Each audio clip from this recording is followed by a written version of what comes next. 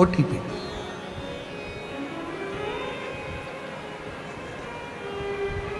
आज जितना भी जमाना चल रहा है ये सब ओटीपी का। एडमिशन कराने जाओ तो भी स्कूल वाले कह देते हैं आपके मोबाइल पर एक ओटीपी आएगा, हम एडमिशन दे देंगे। पैसे निकालने जाओ एक ओटीपी आएगा, हम पैसे निकाल देंगे। ओटीपी। तो जैसे कलिकाल में, कलयुग में ओटीपी आया है और उस ओटीपी से तुम्हारा एडमिशन हो रहा है, उस ओटीपी से तुम्हारा पैसा जमा हो रहा है, उस ओटीपी से तुम्हारा पैसा जमा हो रहा है, उस ओटीपी से तुम्हारा खाता खुल रहा है, उस ओटीपी से सब कुछ तुम्हें प्राप्त हो रहा है। उसी तरह ये श्री शिवाय नमस्तुभ्यम ये मंत्र नहीं है, ये शंकर जी का ओटीपी है जिससे आप शिव के हो। शंकर ये वो मंत्र, ये वो साधना। ओम नमः शिवाय बोलिए, ब्रह्मांड के रचयिता भगवान शिव को नमस्कार है। नमः शिवाय बोलिए, शिव जी को नमस्कार है, प्रणाम। श्री शिवाय नमस्तुभ्यम बोलिए, शिव को नमस्कार प्रणाम। ये वो ओटीपी है।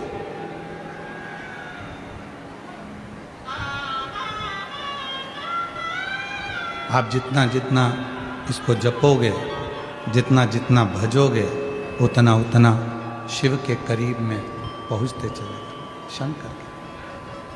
और शिव को पाने का सुंदर तरीका ही है ये। भगवान शंकर को प्राप्त करने का सुंदर तरीका ही है शिव की अविरल भक्ति, शिव का स्मरण। एक बड़ा सुंदर प्रसंग 63 नयनारों में आता है। बहुत सुंदर प्रसंग है।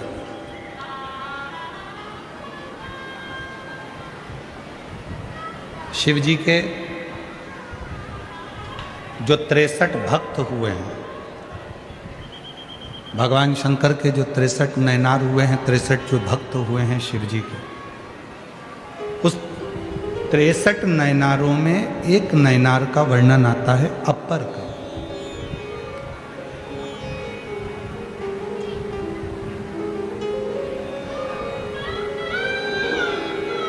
शिव जी के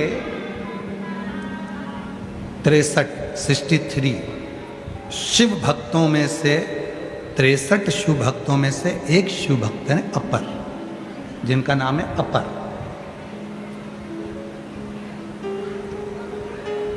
तमिलनाडु प्रदेश के रहने वाले हैं और इनका जो बचपन था वो शिव की भक्ति में निकला। इनकी एक बहन है तिलकावती,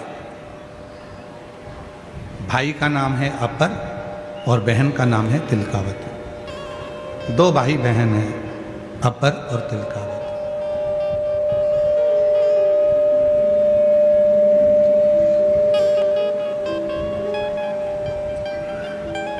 बाल्यावस्था पूरी संघर्ष में निकली अपर की।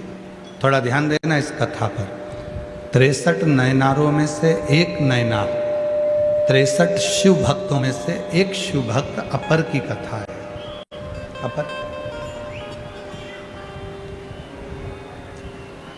बचपन पूरा संघर्ष से निकला, पूरा संघर्ष। जैसे सोने को तपाएंगे तब उसमें निखार आएगा। सोना जितना तपता है उतना उसमें निखार आता है, उतना।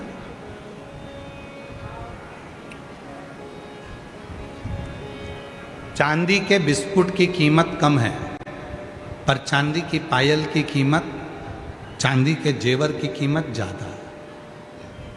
सोने के बिस्कुट की कीमत कम है और सोने के जेवर की कीमत ज्यादा।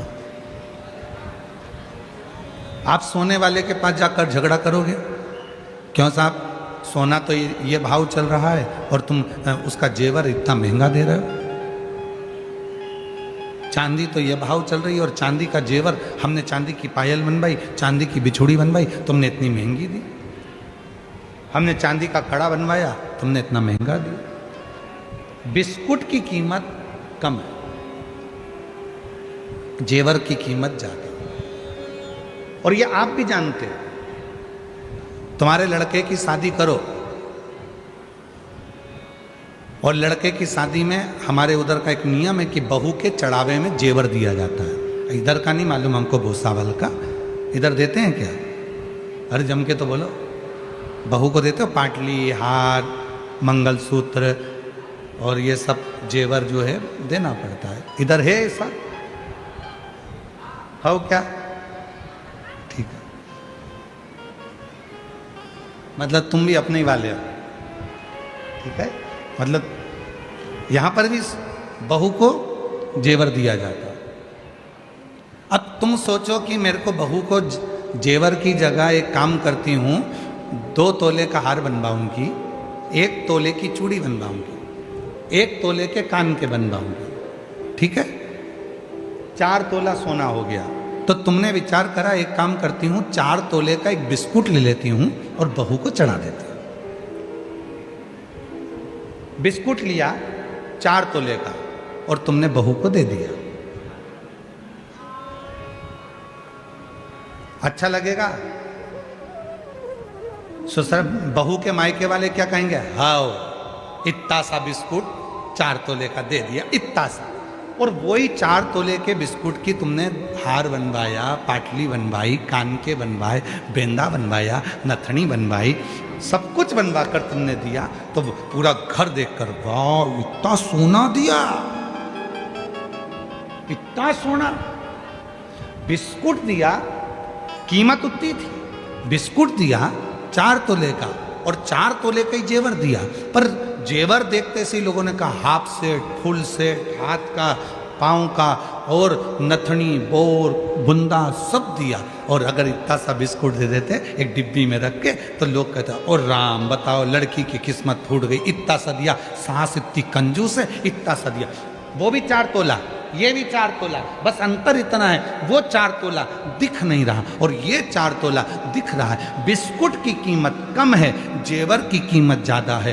क्यों है? क्योंकि वो जेवर को घड़ने में, बनाने में समय लगता है, उसको फैलाने में समय लगता है। उसी तरह एक साधारण व्यक्ति की कीमत कम होती है और एक शिव भक्त की कीमत ज़्यादा होती है।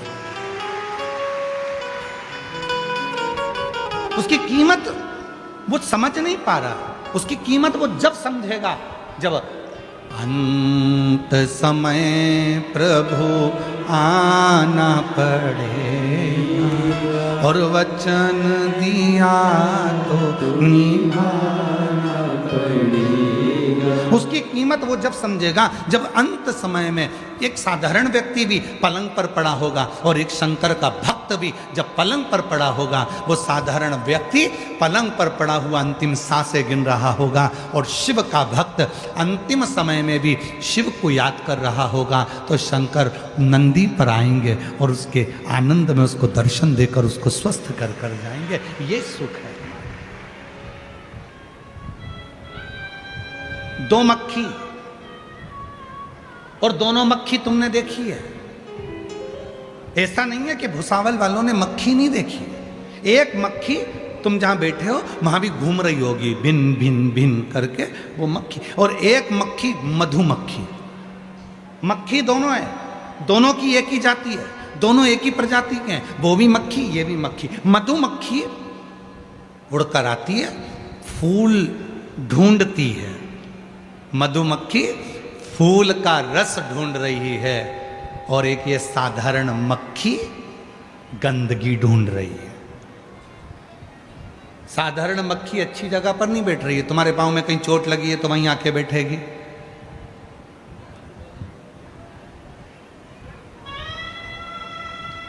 कहीं आंख में कीचड़ जमा होगा तो मक्खी वहीं आकर बैठेगी। और ज्यादा नहीं बोलूं,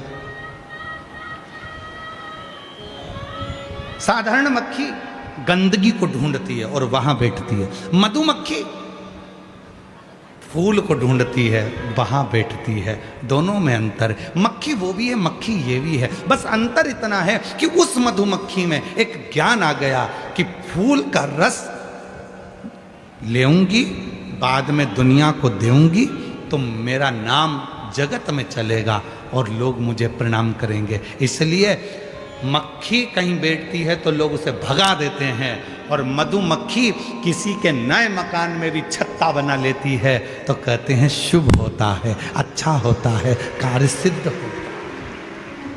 मक्खी वो भी है, मक्खी है, दोनों में अंतर।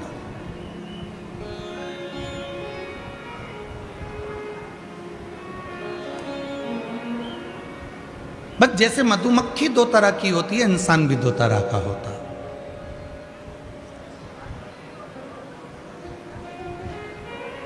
एक मक्खी की तरह होता है, दारू की दुकान पे मिलेगा। एक मक्खी की तरह होता है, गंदगी की ओर मिलेगा। और एक मधुमक्खी की तरह होता है,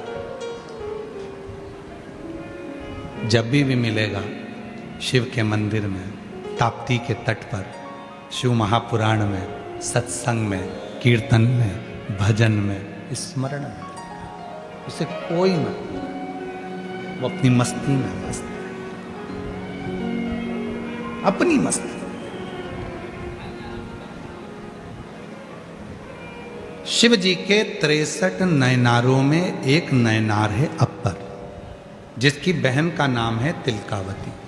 अपर बाल्य अवस्था में उसको बड़ा कष्ट रहा, बहुत बहुत परीक्षा अपर में, बहुत।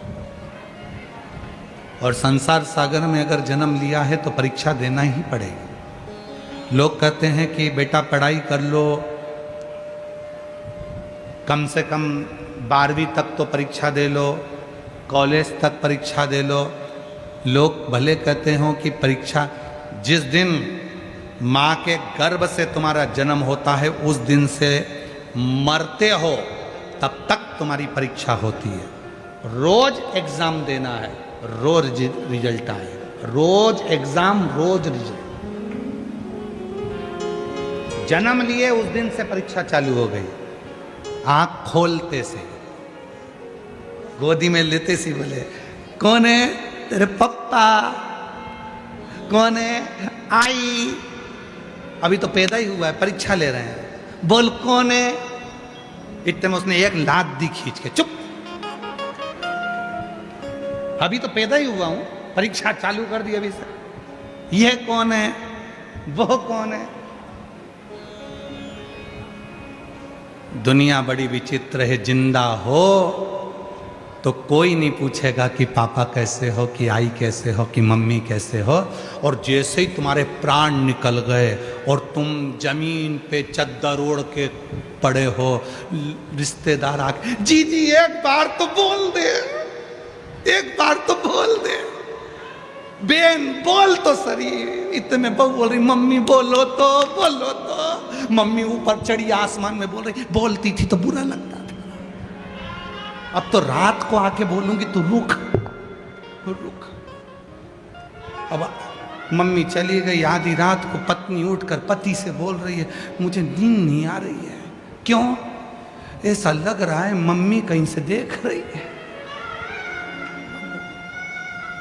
बोल, जिंदा थे कोई नहीं बोलेगा कि तुम बोलो, जिंदा थे कोई नहीं पूछेगा तुम क्या हो, जिंदा थे कोई तुम्हारे पास में आकर नहीं बैठेगा बात करने के लिए, जिंदा थे कोई तुमसे बात करने की फुर्सत नहीं है। और मरने के बाद तुम्हें जगह जगह कर पूछेंगे एक बार तो बोल दो पिताजी, एक बार तो बोल दो भैया, एक बार तो बोलो भाभी जी, कितना प्रेम करती थी भाभी जी, मुंह से तो बोलो भाभी, मुंह से तो बोलो। अब भाभी तो चढ़ी गई ऊपर, काय का बोले।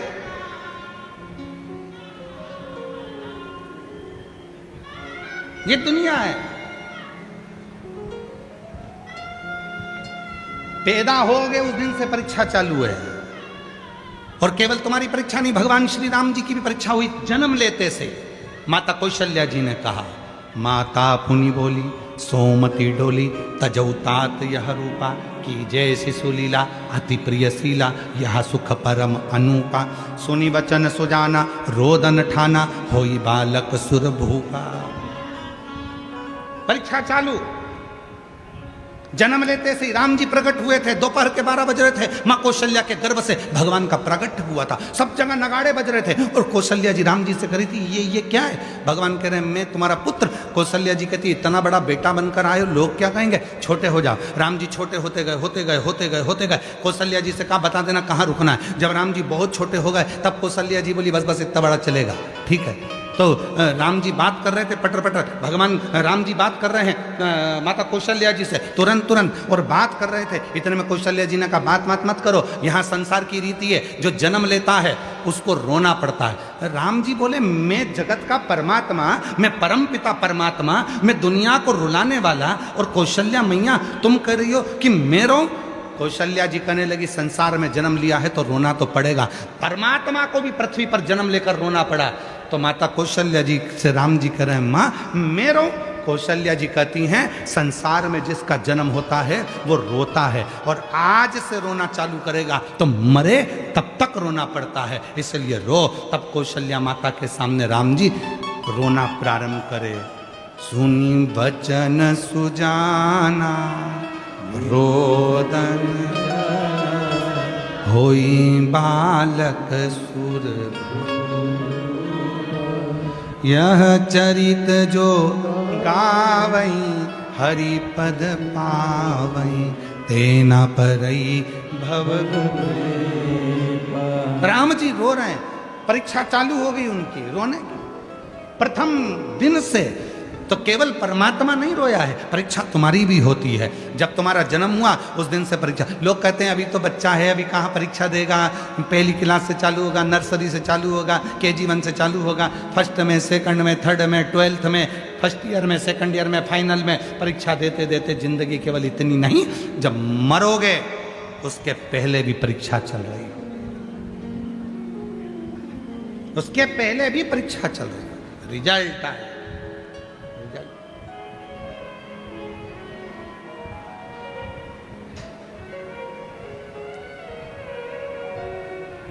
3 तरह के रिजल्ट हैं, पास हो जाओ, फेल हो जाओ या सप्लीमेंट्री। एक आध सब्जेक्ट रुक गया फिर क्लियर करो। उसी तरह से 3 तरह, पास मतलब बैकुंठ, अब जन्म नहीं होना है, पुनरपि जननम पुनरपि मरणम के प्रपंच छूट गए। फेल मतलब वापिस नरक में आओगे, फिर 84 लाख योनियाँ काटो, फिर वापिस मनुष्य की। और तीसरे नंबर का है सप्लीमेंट्री। सप्लीमेंट्री मतलब हॉस्पिटल में पहुंच गए, अंतिम सांसें चल रही है, डॉक्टर ने वेंटिलेटर लगा दिया, आखिरी में जवाब दे दिया, माइनर अटैक आया, हार्ट अटैक आया, गाड़ी में थे और पूरे की पूरे नीले पड़ गए, मर गए, श्वास निकल गई, उसके बाद भी थोड़ी सी दवाई काम कर गई और तुम्हारी श्वास वापिस आ गई, तुम ठीक हो गए, समझ लेना सप्लीमेंट्री आई थी। थोड़ा सा अच्छे से पढ़ाई कर लो और भजन कर लो, कीर्तन कर लो, दान कर लो, पुण्य कर लो, सत्कीर्तन कर लो, शिव पुराण की कथा सुन लो और एग्जाम क्लियर कर लो। पर लोग इतने चतुर हैं कि सप्लीमेंट्री आने के बाद भी पढ़ाई नहीं करते और वो नकल करने की कोशिश करते हैं। जैसे ठीक हुए दुकान पे जाके बैठ गए, जैसे ठीक हुए अपने काम में लग गए, पर भगवान का नाम नहीं लिया, भजन नहीं किया, कीर्तन नहीं किया, मंत्र जाप नहीं किया, स्मरण नहीं किया, वापिस अपने काम में लग गए। भगवान ने कहा अब वापिस एग्जाम दिलवाऊंगा तेरा, रुक जा, वापिस क्लियर नहीं हो रहा है।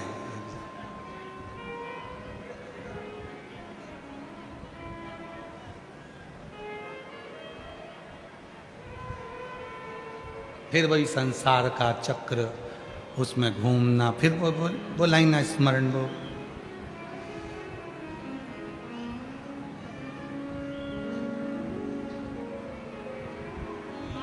आप लोग बोलते हो ना, वो कौन सी एक लाइन है, वो है निखिलेश, सास गाली देवे, ऐसा ही है ना, पर ऐसा नहीं है, वो तुम्हें समझने की जरूरत है। सास गाली देवे तो दिल पे नहीं लेवे, क्यों लो दिल पे, वो गाली दे रही है, देने दो। वो दे रही है ना, देन दो ना, तुम्हें क्या करना, तुम जवाब मत दो ना। संसार सागर में अगर वापिस आए हो, संसार सागर में ये जन्म मिला है, तो क्यों अपने दिल पे, क्यों विचार करना, क्यों अपने मन में, क्यों?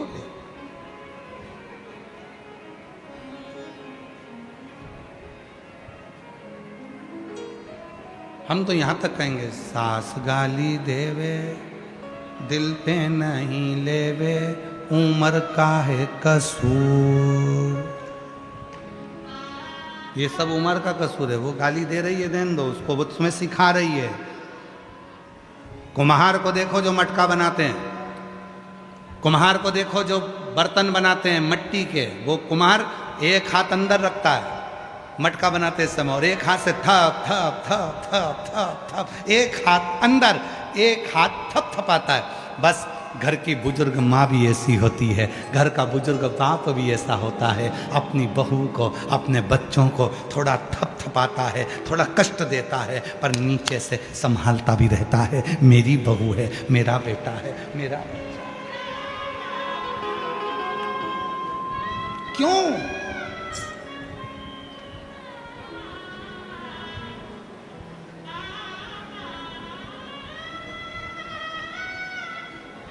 और महादेव नमन चरणों में स्वीकार कीजिए, सबका किया है मेरा भी उद्धार कीजिए, उद्धार कीजिए। हे त्रिपुंडधारी, हे त्रिशूलधारी, हे त्रिपुंडधारी, हे त्रिशूलधारी। चरणों में तेरे बाबा जी पावन हैं चारों धाम, चरणों में तेरे बाबा जी पावन हैं चारों, तेरी देव करते वंदना पूजे हैं सीतारा, तेरी देव करते वंदना पूजे हैं सीतारा। हो जाए पूरी कामना, हो जाए पूरी कामना, उपकार कीजिए, सबका किया है मेरा भी उद्धार कीजिए, उद्धार कीजिए। हे त्रिशूलधारी, हे त्रिशूलधारी,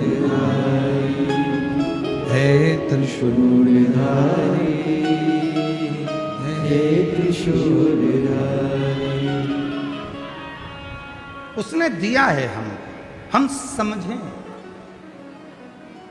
शिव के 63 नयनारों में, 63 नयनारों में एक नयनार है अपर, और अपर की बहन है तिलकावती। अपर की बहन तिलकावती 63 नयनारों में से एक नयनार।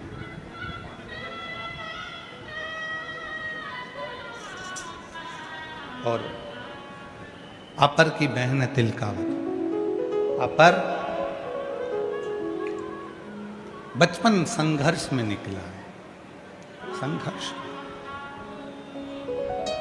ठीक है।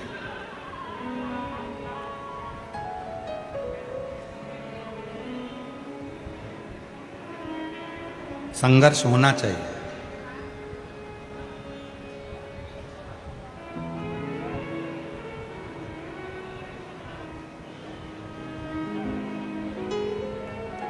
जिस व्यक्ति ने अपनी जिंदगी में संघर्ष किया है वही एक दिन राज किया, वही राज।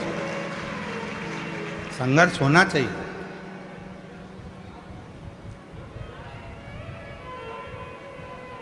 किसी डॉक्टर के पास जाकर पूछना,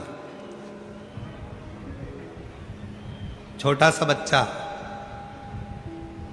2-3 साल का, उसको कालीन पर रखो, डनलप के गद्दे पर रखो, मखमल के कपड़े पहनाओ, खूब सुंदर सुंदर श्रृंगार करो, वो बच्चा बार बार बीमार पड़ता रहेगा। डॉक्टर कहते हैं कि इसको थोड़ा मिट्टी में खेलने दो।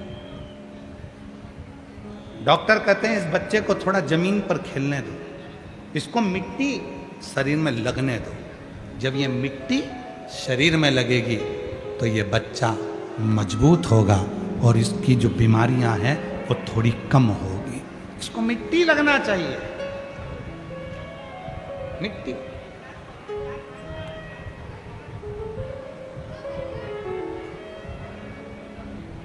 पर आज के ज़माने में अगर बच्चे को थोड़ी सी मिट्टी लग जाए, थोड़ा सा दादी ने काम बता दिया, थोड़ा सा कर दिया, जा बेटा जे सामान लिया, तो माँ का मुंह फूल जाता है। मेरे बेटे को ही बोलती हो काम के लिए, उसकी उम्र है इतनी सी, वो जाएगा सामान लेने के लिए, तुम्हारा नौकर लगा है क्या? वो बच्चे को दादी काम बता रही है, वो बार बार जाना आना करेगा, उसके स्वास्थ्य के लिए लाभदायक।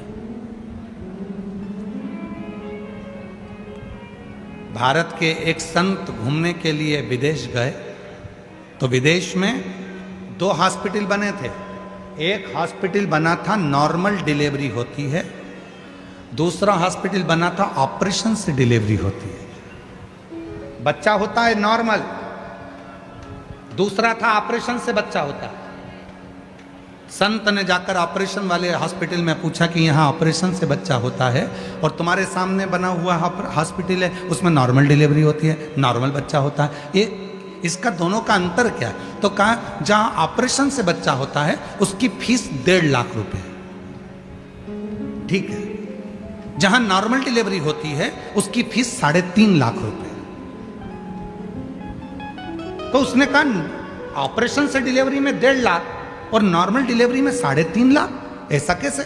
उसने अंदर गया तो सारी मशीनें देखी, ऑपरेशन से बच्चा होता है। अब नॉर्मल डिलीवरी होती है, वहाँ गया, वहाँ जाकर देखा तो एक छोटा सा कमरा दे दिया, कमरे के बाहर एक गार्डन दे दिया, गार्डन में थोड़े से आटा पीसने के लिए चक्की रख दी, थोड़ी सब्जियां दे दी बोने के लिए, और कह दिया इसमें हम लड़की को रखते हैं जिसका गर्भ रहता है, उसको कहते हैं सब्जी काटो, सब्जी बनाओ, अपने घर का पोछा लगाओ, झाड़ू लगाओ, बर्तन मांजो और चक्की चलाकर आटा पीसो, रोटी बनाओ और खुद बर्तन मांजो और खुद पानी भर कर लाओ। जब वो पानी भरने जाती है, जब वो चक्की पीसती है तो 3.5 लाख रुपए तुम नॉर्मल डिलीवरी का ले रहे हो और 1.5 लाख रुपए तुम ऑपरेशन का ले रहे हो, गजब है।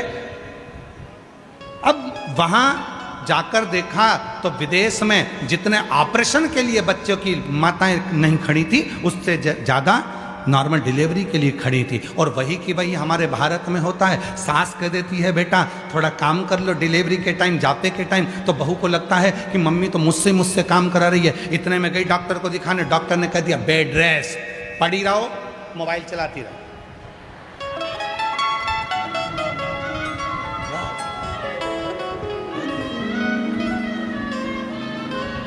अब वो दिन भर mobile, bed rest, mobile, bed rest, mobile, bed rest, mobile, बैठे बैठे खा लिए, बैठे बैठे काम कर लिया, मोबाइल में दिन भर कार्टून देखती रही तो औलाद भी कार्टून जैसी पैदा कर दी। दिन भर मोबाइल में नाटक देखती रही, नाटक में कहीं की ना कहीं की 24 घंटे रोती मिले। तुम देखो कोई भी सीरियल निकाल के देखना, जितने अभी तक नाटक बने हों, चाहे किसी भी टीवी पर चलते हों, किसी भी टीवी का एक एक सीरियल पुराने से लेके आज तक का निकाल कर देख लो, सारे सीरियल में जब भी देखोगे 2-4 दिन खुशी दिखाते हैं, बाकी के समय रोते ही बताएं तुम, 24 घंटे रोते। तो वो दिन भर बेड रेस्ट में केवल नाटक देखती रही तो औलाद भी नौटंकी पैदा हुई। गोदी में ले तो चुप, जमीन पे सुलाओ तो पे करे।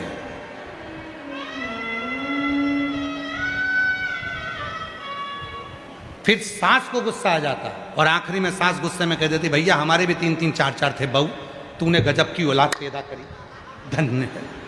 फिर सास को गुस्सा आ जाता, वो भी कह देती गजब की पैदा करी तूने, हमारे भी 3-4 थे, खिला देते पिला देते पटक देते, वो खेलते रहते और तू तो उनको गोदी में ले लेके मेरा चंदा है तू, मेरा सूरज है तू, ले गोदी में ले घूमती रह दिन भर 24 घंटा। फिर तो गुस्सा तो आए, सास को भी गुस्सा आ जाए, अच्छी औलाद पैदा करी भगवान। और वो औलाद भी ऐसी पहले के बच्चे जन्म लेते थे नानी के घर में, तो नानी से बहुत प्रेम होता था। पहले के बच्चे दादी के घर पैदा होते थे तो दादी से प्रेम होता था। आज के बच्चे हॉस्पिटल में पैदा होते हैं तो डॉक्टर सिस्टर से प्रेम होता है। हर 15 दिन में बीमार पड़ जाते हैं, हॉस्पिटल लेके जाओ, बस हॉस्पिटल की सीढ़ी चढ़ो और बच्चा ठीक, क्योंकि उनको उनकी मौसी की याद आने लगती है, उनको मामा याद आता है, डॉक्टर मामा, बस हाथ लगाता है बच्चा ठीक हो जाता है। फिर कहते हैं हमारा फैमिली डॉक्टर इतना बढ़िया है, बस हाथ लगाता ठीक हो जाता। क्यों? क्योंकि उसको आदत पड़ी है। नानी के घर पैदा होता तो नानी के यहाँ जाकर खुश होता, दादी के यहाँ पैदा होता तो दादी के यहाँ खुश होता। हॉस्पिटल में पैदा हुआ है तो 15-15 दिन में उसको हॉस्पिटल की याद आती है तो ले जाना पड़ता ही। कभी सांस उठेगी, कभी सर्दी हो गई, कभी जुकाम हो गया, कभी कुछ हो गया, फिर लेके भागो, फिर लेके भागो, और हॉस्पिटल की सीढ़ी चढ़ते से एकदम ठीक, बढ़िया, एकदम बढ़िया याद आ।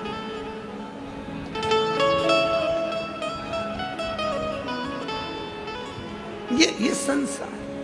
अरे भाई कष्ट आया है, लोग कहते हैं भगवान तुमने हमको इतनी समस्या दे दी, भगवान मुझे इतना दुख दे दिया, भगवान इतना दुख दे दिया। एक दिन शंकर जी आए, शंकर जी ने कहा रुक जा, तू हमेशा कहता है मेरी समस्या बहुत बड़ी है, मेरा दुख बहुत बड़ा है। शंकर जी ने कहा जितने भी आएंगे सब अपनी अपनी समस्या लिखो, ऐसे कुड़कुड़ा के पटक दो, और सबको लगता है कि मेरी समस्या बड़ी है, इसकी समस्या कम है, इसकी समस्या बड़ी है, इसकी समस्या कम है, तो सब अपनी अपनी समस्या लिख के पटको, और सब अपनी अपनी पटकने के बाद एक एक पर्ची उठा लो।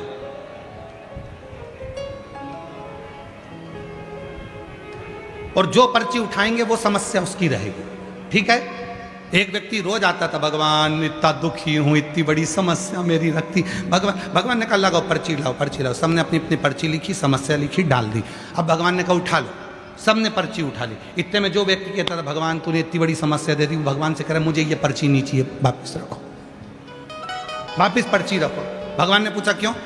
मेरी समस्या छोटी थी, इसकी और बड़ी है, मेरे को नहीं चाहिए।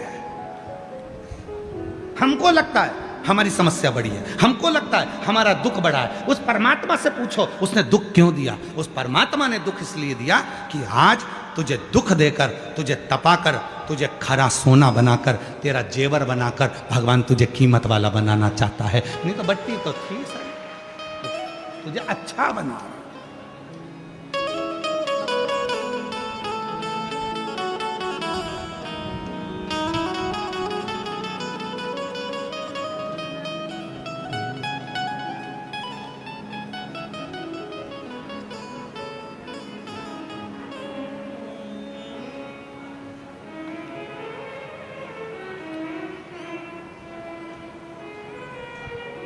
फूलों की कलियों में, काशी की गलियों में, फूलों की कलियों में, काशी की गलियों में, तेरे बिना कुछ कहीं ना,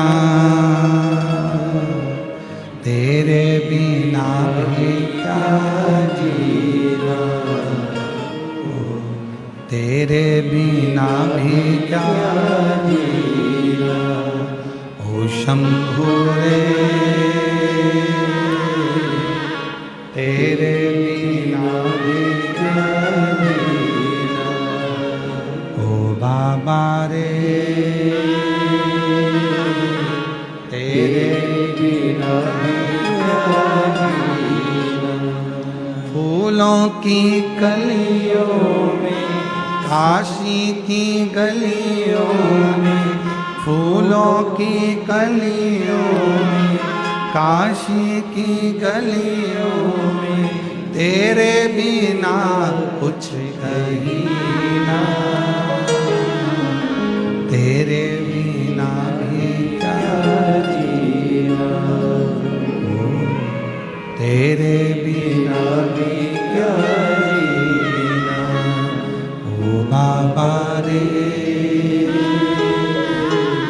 तेरे बिना भी क्या जीना, ओ शंभु रे, तेरे बिना भी क्या जीना, शिव कथा कर रही है। अपर तिलकावती दोनों ने बाल्यावस्था से दुख देखा, दोनों ने बाल्यावस्था से दुख देखा, कष्ट देखा, तकलीफें देखी,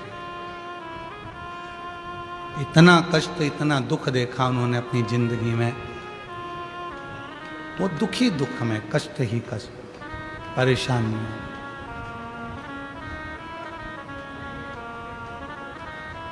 परेशानियों में, कष्ट में। अपर एक दिन अपने धर्म को छोड़कर दूसरे धर्म में चला, दूसरे अपना धर्म छोड़ दिया, दूसरे धर्म में चला। और शिव महापुराण की कथा कहती है,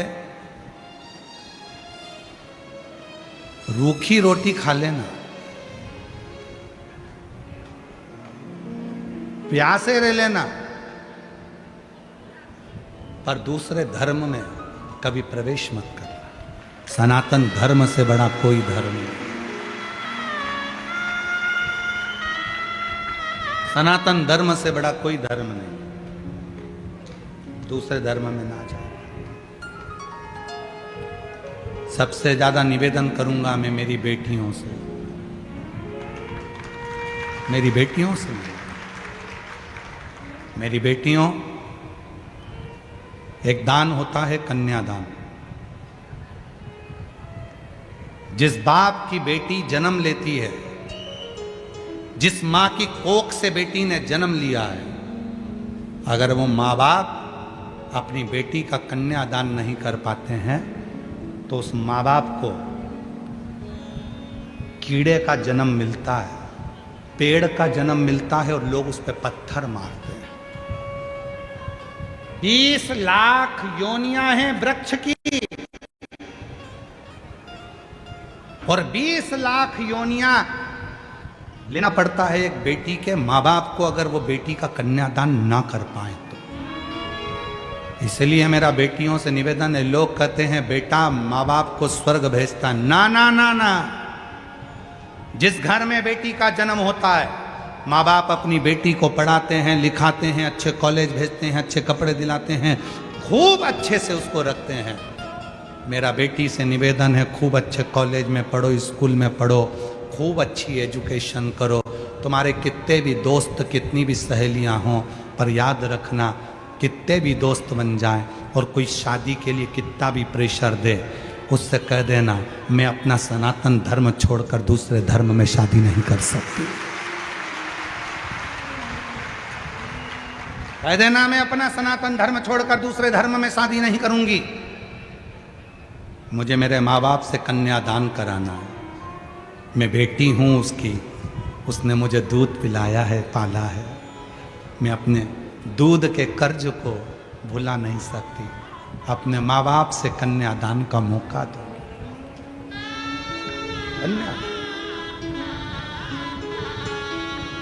अपने हिंदू सनातन धर्म में शादी करो, दूसरे धर्म में क्यों जाना। जरा सा मोटरसाइकिल लेकर आया, 10 रुपए की चाउमीन खिलाई, वो मोटरसाइकिल भी सुधरने के लिए आई थी दूसरे की, और उस मोटरसाइकिल पे तुम्हें एक्शन दिखाने आया और तुम उसको देखकर पिघल गई, और 10 रुपए की चाउमीन में 15 रुपए के गोलगप्पा में गोल हो गई। गजब। अरे मेरे महाराष्ट्र की बेटियों, तुम अहिल्याबाई के जमाने की बेटियां हो, तुम जीजाबाई के जमाने की बेटियां हो, तुम मुक्ताबाई के यहाँ की बेटियां हो। महाराष्ट्र की एक एक बेटी जीजाबाई है, महाराष्ट्र की एक एक बेटी अहिल्याबाई होलकर है, महाराष्ट्र की एक एक बेटी मुक्ताबाई है। कैसे पीछे हट जाए। छत्रपति वीर शिवाजी महाराज की कथा, छत्रपति संभाजी महाराज का चरित्र कहता है। छत्रपति संभाजी की धर्म पत्नी अपने पति के साथ कदम से कदम मिलाकर चलती थी और कहती थी, स्वामी चिंता मत करना, जब तुम्हारी तलवार हल्की पड़े तुम्हारी ये पत्नी तलवार लेकर मैदान में कूद पड़ेगी। वो मराठाओं की पत्नी। और आजकल की लड़कियां जरा सा बस हमें अपना सनातन धर्म बुरा लगने लगा, सनातन धर्म की बुराई करने लगे। थोड़े से पढ़ लिख गए तो तुम्हें शंकर का मंदिर बुरा लगने लगा, थोड़े से पढ़ लिख गए तो तुम्हें सनातन धर्म बुरा लगने लगा, थोड़े से पढ़ लिख गए तो तुम्हें मंदिर दिवालय बुरे लगने लगे, तुम थोड़े से पढ़ लिख गए तो तुम्हें यह सब ढोंग ढकोसला लगने लगा,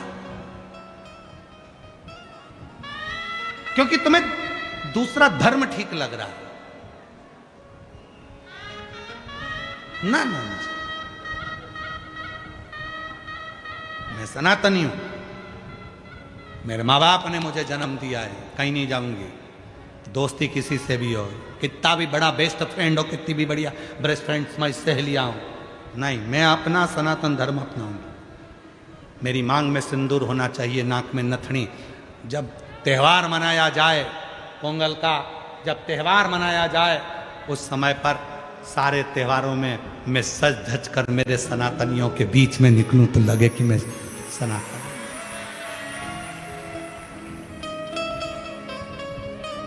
आगे कथा में आप सुनेंगे, अपर की कथा में बहन स्वयं तिलकावती ने, जब भाई अपर दूसरे धर्म में चला गया, अपर दूसरे धर्म में चला गया क्योंकि बहुत कष्ट झेल रहा था, तो दूसरे धर्म के लोगों ने कहा हमारे पास आ जाओ, हम तुमको खाना देंगे, हम तुमको ये देंगे, हम तुमको वो देंगे। बहुत सारे लोभ दिए जाते हैं, बहुत सारे लोग।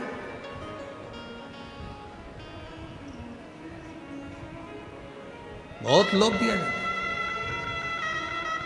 केवल एक शिव महापुराण की कथा, एक शिव पुराण की कथा, कुबरेश्वर धाम सीहोर से बाबा आता है, ये कथा की पोथी के रूप में बैठता है, कथा करता है, चले जाता है। केवल एक शिव महापुराण की कथा ऐसी है जो तुम्हें कोई लोभ नहीं देती है। कभी शिव पुराण ने ये नहीं कहा कि मेरे पास आना मैं तुम्हें भभूति दे दूंगा, मेरे पास आना मैं नारियल दे दूंगा, मेरे पास आना मैं तुम्हें डोरा दे दूंगा, मेरे पास आना मैं तुम्हें ये दे दूंगा और तुम्हें ठीक कर दूंगा। कभी शिव पुराण ये नहीं कहती कि मेरे पास आकर बैठना मैं तुम्हें दे दूंगा।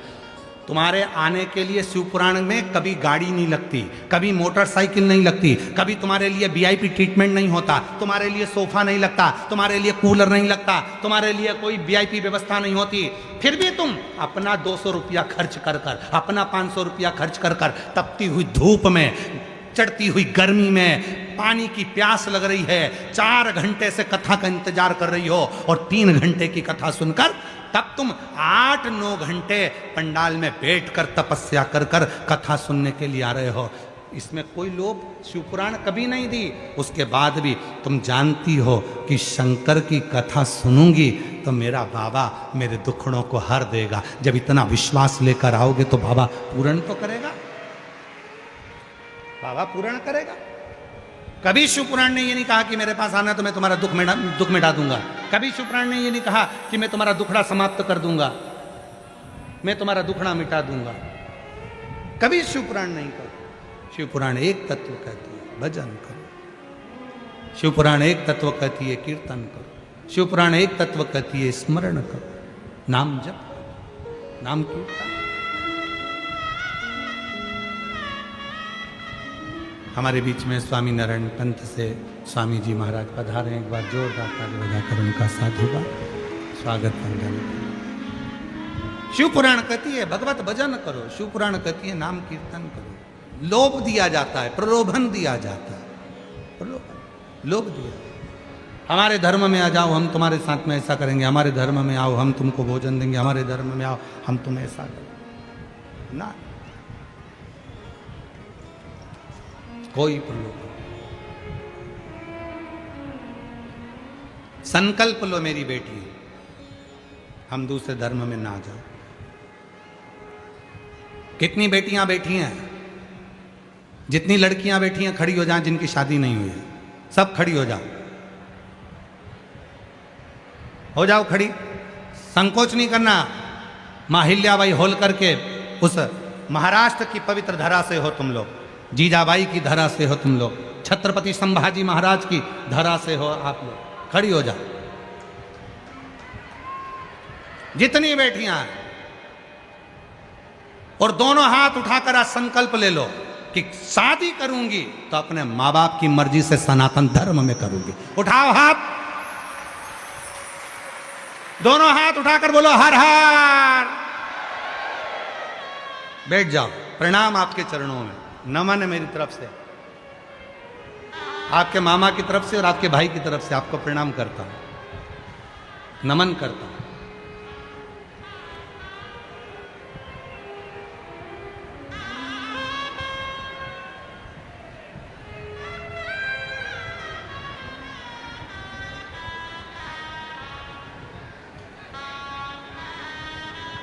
और जितने लड़के बैठे हैं आप वो भी खड़े हो जाओ, आज खड़े हो जरा, जितने मुलगा लोग, हाँ बैठ जाओ, खड़े हो जाओ, है ना। अब मुलगी गई ना, मुलगा उन खड़े हो जाओ, खड़े हो जाओ सारे के सारे जिनकी शादी नहीं, खड़े हो, हाँ हो जाओ।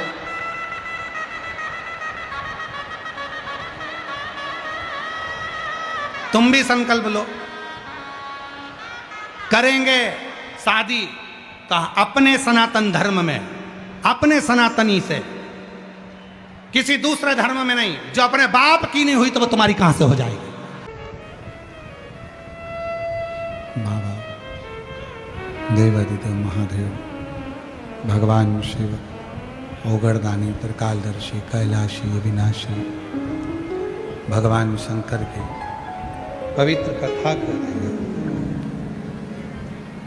शिव महापुराण की कथा वर्णन कर रहे हैं। अपर 63 नयनारों में से एक, शिव भक्तों में से एक है, दूसरे धर्म में चले गए।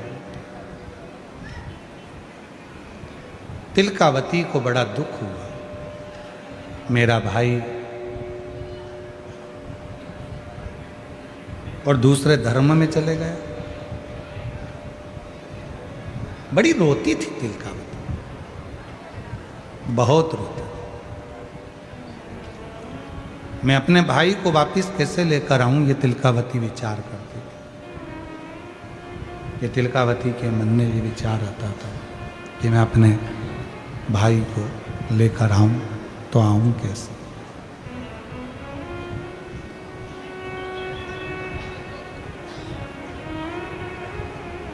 जल चढ़ाने के लिए जब भी शिव जी के मंदिर जाती थी तिलकावती, शिव जी से प्रार्थना करती थी। कई लोग कहते हैं कि भगवान से रोज रोज मांगना नहीं चाहिए।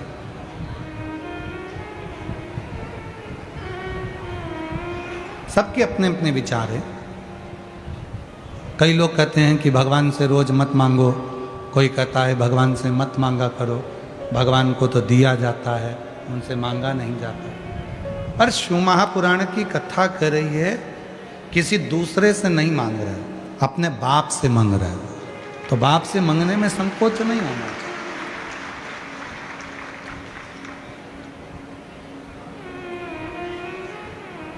पड़ोस की आंटी से जाकर बिस्कुट मांगोगे वो ठीक नहीं है, पड़ोस के अंकल से जाकर कुछ मांगोगे वो ठीक नहीं है। पर अपने घर में अपनी मम्मा से, अपने माता से, अपनी आई से, अपने बाबूजी से, अपने पिता से, अपने भाऊसा से आप कुछ मांगोगे वो ठीक है। आप दूसरी जगह तो नहीं मांगने जा रहे, आप दूसरे के दरवाजे पर तो मांगने नहीं जा रहे। आप तो मांग रहे हो तो अपने माता पिता से मांग रहे हो।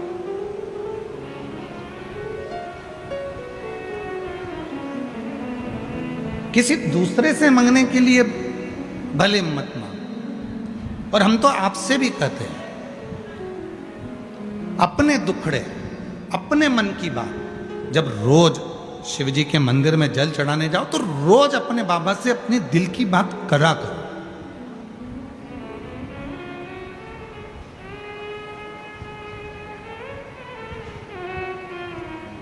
बड़ी दूर दूर से लोग शिव महापुराण के पंडाल में आते हैं। केवल वो 5 बार जो श्री शिवाय नमस्तुभ्यम बोला जाता है, और बाबा को जब बोला जाता है कि बाबा मेरे सब दुखड़े काट, बस उस स्तुति के लिए 2 मिनट का जब मौन होता है, उस मौन में आप और हम अपने मन की कामना अपने देव अधिदेव महादेव से कहते हैं, अपने बाबा से। वो जो 2 मिनट का मौन जो होता है, उस 2 मिनट के मौन में वो बाप से बात करी जाती है। अपने हृदय के दुखड़े, अपने हृदय की तकलीफें, अपने हृदय का कष्ट शिव को कहा जाता है, अपने बाप से कहा जाता है। वो 2 मिनट का मौन, 2 मिनट की साधना, 2 मिनट का जो मौन होता है, उससे हम हमारे शिव से अपने मन की बात करते हैं। उस स्तुति को करने के लिए लोग 200, 500 किलोमीटर दूर से आते हैं और कथा के पंडाल में बैठकर बाबा से अपने मन की बात करते हैं।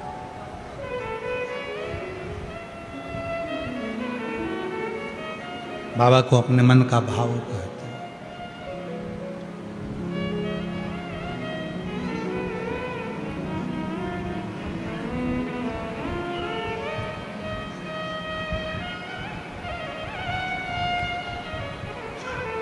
और मेरे भोले तेरा सहारा है,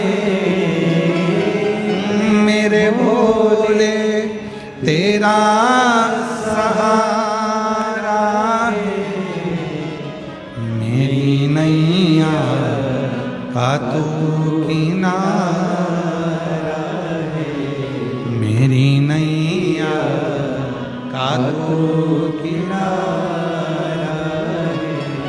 मेरे बाबा तुझे पुकारा है, मेरे बाबा तुझे पुकारा है, मेरी नैया का तू किनारा है, मेरी नैया का तू किनारा है।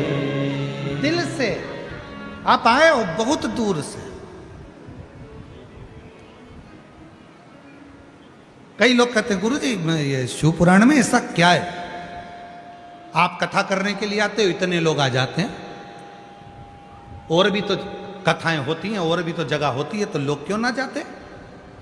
हमको नहीं मालूम, पर हमको इतना जरूर मालूम है। पहले एक रेडियो होता था, रेडियो का सिग्नल विविध भारती से नहीं मिलता था, तो उधर जाते थे, वहां मिल रहा है क्या, वहां मिल रहा है क्या, वहां मिल रहा है। अब वो रेडियो तो गया, मोबाइल आ गया। मोबाइल का भी नेटवर्क कभी कभी ऐसी जगह होती है नहीं मिलता, तो फिर आगे जाके देखते हैं, फिर वहां जाकर देखते हैं, वहां जाकर क्या यहाँ मिल रहा है क्या, वहां जाकर देखते हैं, थोड़ी देर बैठते हैं, नेटवर्क मिलाने का प्रयास करते हैं, मिल जाता है। तो हमको ये लगता है शिव भक्तों का नेटवर्क शिव महापुराण में मिल जाता है। ये हमको नहीं मालूम कि लोग क्यों आते हैं, पर इतना पक्का है कि यहां आने वाले का नेटवर्क मेरे देव अधिदेव महादेव से, मेरे शंकर से मिल जाता है, मिल जाता। विविध भारती चालू, चित्रहार प्रारंभ, सिग्नल मिल गए, मतलब अब जिंदगी में रंग प्रारंभ होंगे। सिग्नल मिल गया, शिव पुराण में जाकर आपने नियम ले लिया, 1 लोटा जल चढ़ाने मंदिर जरूर जाऊंगी, और जिसने जल चढ़ाना चालू करा, समझ लो तुम्हारा रेडियो में चित्रहार आना प्रारंभ हो गया, मतलब तुम्हारी जिंदगी संवरना प्रारंभ।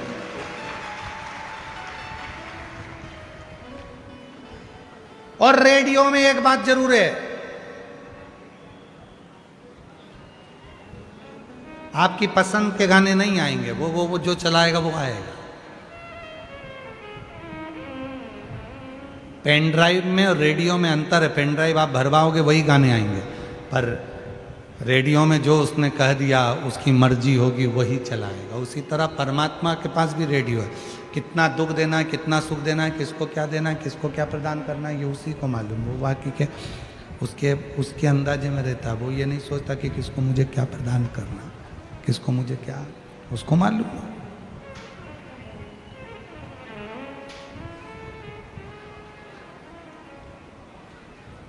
और शंभु शरणे पड़े मांगू घड़ी रे घड़ी, दुख काटो दया करी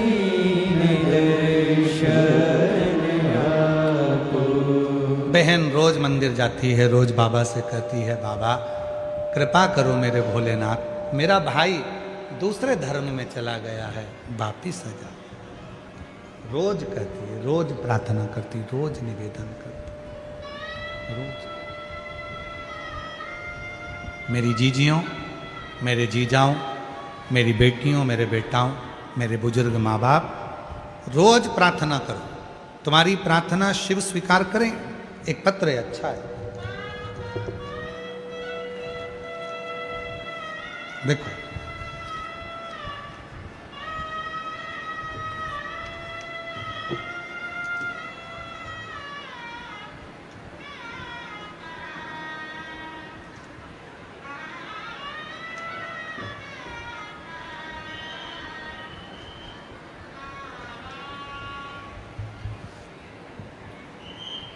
मैं कविता देवेंद्र कुमार साके गांव तहसील भुसावल की रहने वाली हूँ।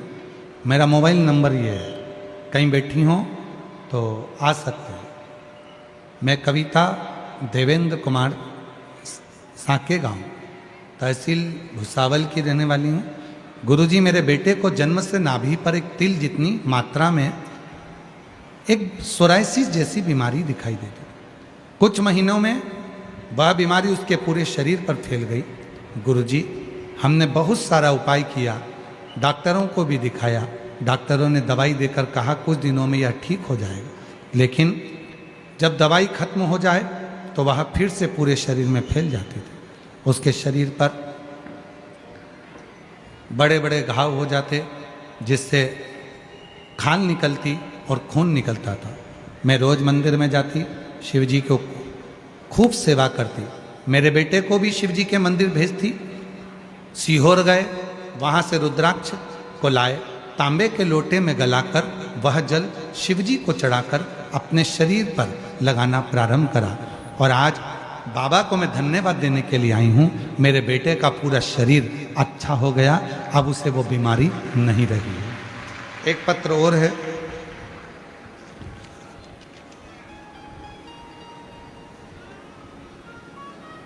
मेरा नाम हर्षाली गिरीश पाटिल है। मैं भुसावल की रहने वाली हूँ। मेरा मोबाइल नंबर ये है, कहीं बैठी हो तो हाथ हिला सकती हैं। हर्षाली गिरीश पाटिल भुसावल से हैं। मेरा मोबाइल नंबर ये है। एक लोटे जल महत्व बताना चाहती हूँ। मेरी पूरी जिंदगी निकल जाएगी केवल बताने के लिए बाबा ने इतना दे दिया है। गुरुजी मेरे पति को सोराइसिस जैसी बीमारी हो गई थी, जिसका मैं फोटो भी लगा रही हूँ। उनका पाँव देखिए गुरुजी, पहला फोटो दिखाइए जिसमें सोराइसिस बीमारी हो गई। उस बीमारी में उनका मैं पाँव का फोटो भेज रही हूँ, शरीर का फोटो भेज रही हूँ। गुरुदेव इतनी बीमारी फैलती चली गई कि सब परेशान हो गए। तब आपकी कथा सुनना प्रारंभ करा। मेरी पड़ोसन ने बताया कि टीवी पर सीहोर वाला प्रदीप मिश्रा पंडित जी की कथा सुनो, तुम्हारी सभी परेशानियां दूर होंगी। तभी मैंने टीवी पर कथा सुनना चालू कर दी और सीहोर, बुरहानपुर, जलगांव, शहादा, महाराष्ट्र के पंडाल में जाकर कथा सुनी। वहाँ की मिट्टी लाती, अपने पति के शरीर पर लगा देती, बाबा को विनती करती, बाबा कुछ भी करो मेरा पति ठीक हो जाए। सोराइसिस की बीमारी बढ़ती चली गई, ठीक होने का नाम नहीं ले रही। बाबा ने क्या पता आपके कथा के पंडाल की मिट्टी में ऐसा ना जाने क्या है। गुरुदेव वो मिट्टी मैंने सीहोर से, बुरहानपुर से, जलगांव से, शहादा से, कथा से लाकर लगाई। आज मेरे पति का पूरा शरीर ठीक हो गया और सोराइसिस की बीमारी खत्म हो गई। उसका दूसरा फोटो लगा रही हूँ। पहला फोटो जिसमें सोराइसिस की बीमारी है और दूसरा फोटो जब मेरे पति का पूरा शरीर ठीक हो गया, मैं दूसरा फोटो लगा रही हूँ। बाबा की कृपा से अब मेरा पति पूर्ण तरह से ठीक है। जहाँ बैठी हो आ सकती हूँ। मेरा नाम सुनीता संतोष तायड़े, ग्राम पिंपरी सेकम तहसील भुसावल जिला जलगांव से हूँ। मेरी शादी को 18 साल हो चुके थे। हमारे यहाँ कोई संतान का सुख नहीं था। टीवी पर आपकी कथा सुनी, आपने पशुपति व्रत के बारे में बताया। टीवी के सामने बैठकर कथा सुनती थी और वहीं की मिट्टी को गर्भ पे लगा लेती थी। कभी कथा के पंडाल में जाना नहीं हुआ। सीहोर पहुंची, कंकर शंकर की पूजन करी और वहां से कंकर लेकर आ गई। सफेद आंकड़े की जड़ का प्रयोग करा। 10/10/2025 को 18 साल के बाद मेरे घर में संतान ने जन्म लिया। 18 साल के बाद। गुरुदेव, मैं लक्ष्मी जितेंद्र माली पुणे से हूँ, महाराष्ट्र के पुणे से निवास करती हूँ। मेरी शादी को 10 साल हो गए थे। 10 साल से मेरे यहाँ संतान नहीं थी। बाबा से प्रार्थना करी और आपकी कथा टीवी पर सुनना प्रारंभ करी। फरवरी 2023 में बाबा से विनय कर कर गई थी पंडाल में और बाबा की कृपा से 21 जून 2024 को 10 साल के बाद मेरे घर में संतान ने जन्म लिया है। गुरुदेव, मेरा नाम महाराष्ट्र बुल्डाना, नाम पढ़ के बताओ जरा।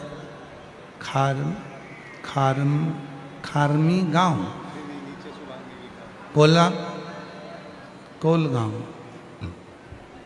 सो शुभांगी मोहेकर। गुरुजी 14 साल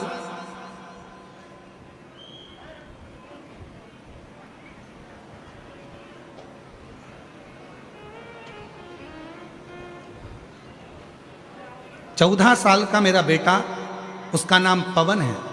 उसको अचानक से फिट की बीमारी हो गई। उसको अचानक फिट आ जाते थे, चक्कर खाकर नीचे गिर जाता था। फिट की बीमारी उसको 14 साल का बेटा है, उसको चालू हो गई। डॉक्टर को दिखाया। डॉक्टर के हिसाब से ये बीमारी लंबी तक टिकती है, डॉक्टर ने बोला। तब किसी बहन जी के कहने पर मैंने टीवी पर कथा सुनना प्रारंभ करा। सीहोर गए, वहाँ से रुद्राक्ष लिया और रुद्राक्ष लाकर अपने बेटे को, शिव जी को जल चढ़ाकर देना चालू करा। आज मेरे बेटे को फिट की बीमारी नहीं है। अब मेरा बेटे को चक्कर नहीं आते, फिट की बीमारी समाप्त हो गई। मैं बाबा को यहाँ प्रणाम करने के लिए आई हूँ। मेरा नाम मीनाक्षी हेमंत भागवत नाथ, रामेश्वरम कॉलोनी, स्वामी समर्थ केंद्र की रहवासी हूँ। जलगांव से आई हूँ। 9 साल हो गए थे शादी को।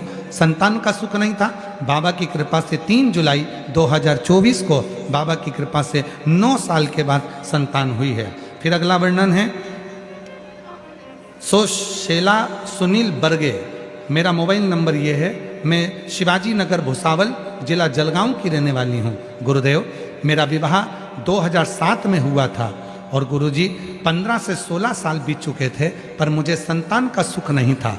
किसी के कहने पर टीवी पर कथा सुनना प्रारंभ करा और आपके द्वारा बताए गए उपाय, 1 लोटा जल, सारी समस्या का हल। रोज भगवान भोलेनाथ को जल चढ़ाती और बाबा की कृपा से, बाबा की करुणा से मुझे 17 साल के बाद 12/4/2024 को जुड़मा 2 पुत्रों ने जन्म लिया। मैं बाबा को यहाँ प्रणाम करने के लिए आई हूँ। गुरुदेव,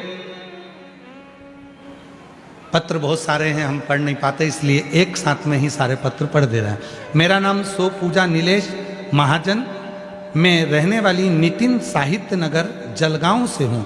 गुरुदेव, मेरी शादी को 7 साल हो गए थे। मुझे संतान नहीं थी। सफ़ेद आंकड़े की जड़ का प्रयोग और पंडाल में बैठकर कथा श्रवण करी। 7 साल बाद मुझे संतान का सुख प्राप्त हुआ है। अगला पत्र है।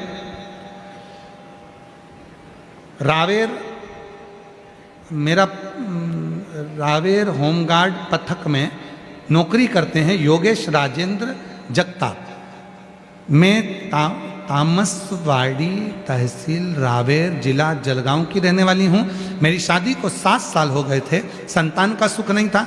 बाबा की कृपा से 7 साल के बाद मेरे यहाँ 25 सितंबर 2024 को संतान की प्राप्ति हुई है। एक पत्र और है।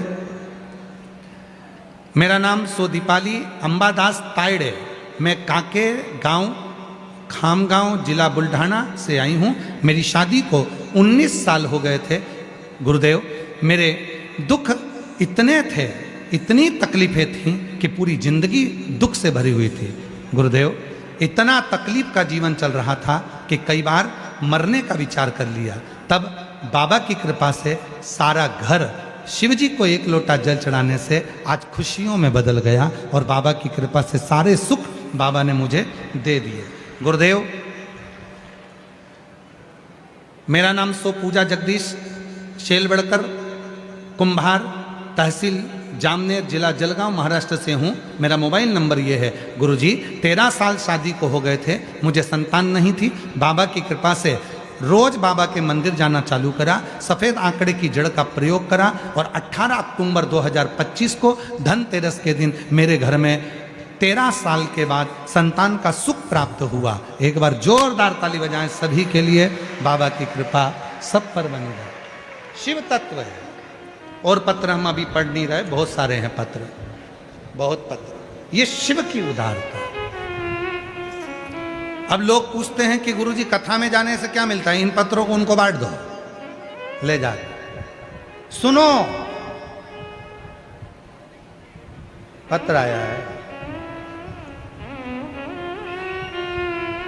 चला जाओ, आ जाओ। रोते नहीं, आ जाओ, जाओ, रोना नहीं, आज लिया लिया। हम पढ़ नहीं पाए होंगे, रोते नहीं, आ जाओ, आ जाओ। शिव कृपा। और जो जैसी भावना लाया, बोलो बोलो, वो वैसा ही फल पाया। तुम जिस भावना से आए, तुम जो कामना करने आए हो, तुम जो बाबा से विनती करने आए हो, 2 दिन कथा के बचे। कल कथा यही 2 बजे से 5 बजे होगी। कल शिवरात्रि है कथा की। और सबसे बड़ी खुशी की बात तो यह है कि परसों जिस दिन कथा विराम हो रही है, सुबह 8 बजे से 11 बजे तक कथा रहेगी। और उस दिन सोमवार की प्रदोष है। ये खुशी की बात। कल बाबा की शिवरात्रि कथा की और परसों सोम प्रदोष के दिन बाबा की कथा का विराम होगा। सोम प्रदोष। तो जो जैसी भावना लाया, वो वैसा ही फल पाया। नहीं खाली उसे लौटाया, वो मन ही मन हर्षाया। और कर दिया माला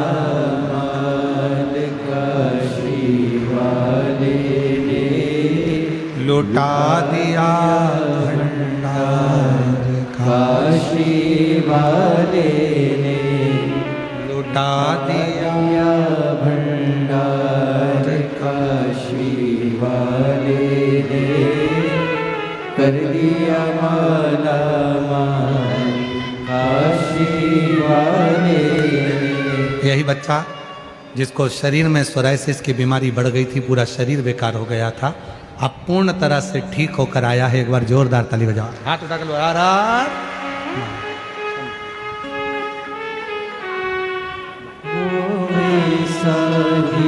फल पाया, जो जैसी भावना लाया, वो वैसा ही फल पाया।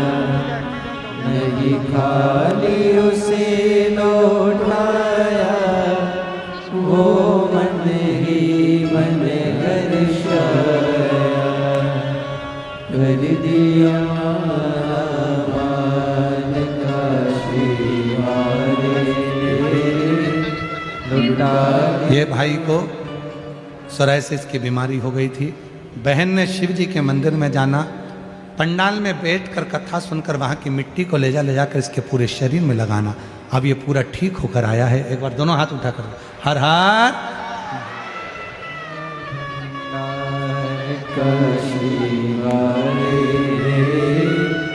कर दिया माला माल काशी वाले।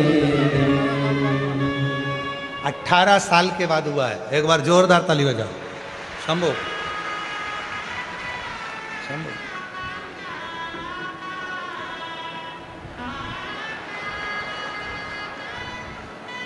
शंभो शंभो।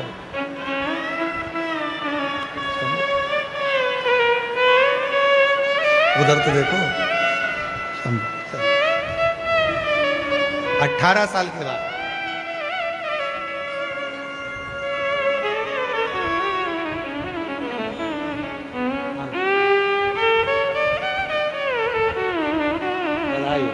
आराम आराम से लो, आराम से लो।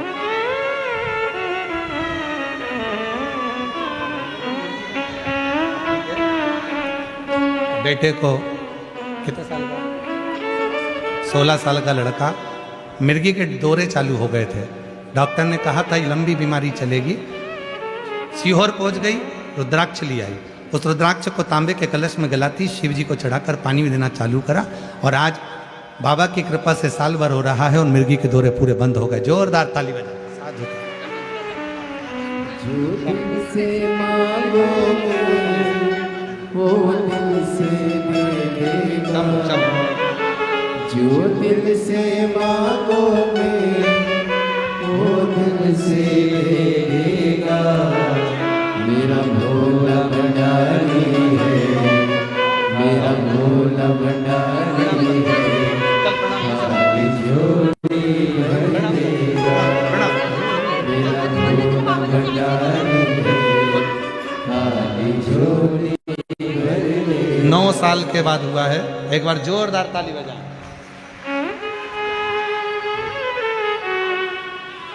शिव शिव है, शंकर शंकर, ओघड़दानी ओघड़दानी, शंभु।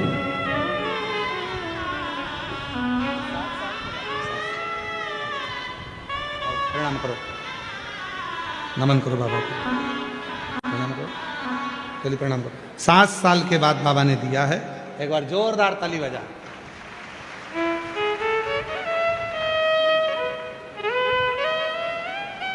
बहुत सारे पत्र हैं। एक दिन कथा में पूरे पत्र पढ़ दिए तो यहीं से लाइन लगी रहेगी, बच्चे आते रहेंगे, उधर से उतारते रहेंगे, चलते रहेंगे। आने वाले समय में गवर्नमेंट हमसे कहने वाली है तुम जनसंख्या वृद्धि करा रहे हो।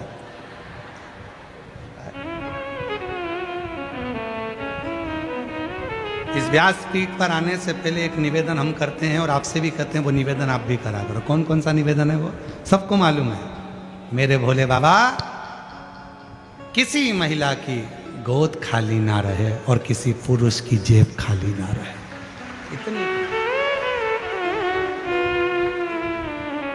खाली न जाता कोई दर से तुम्हारा।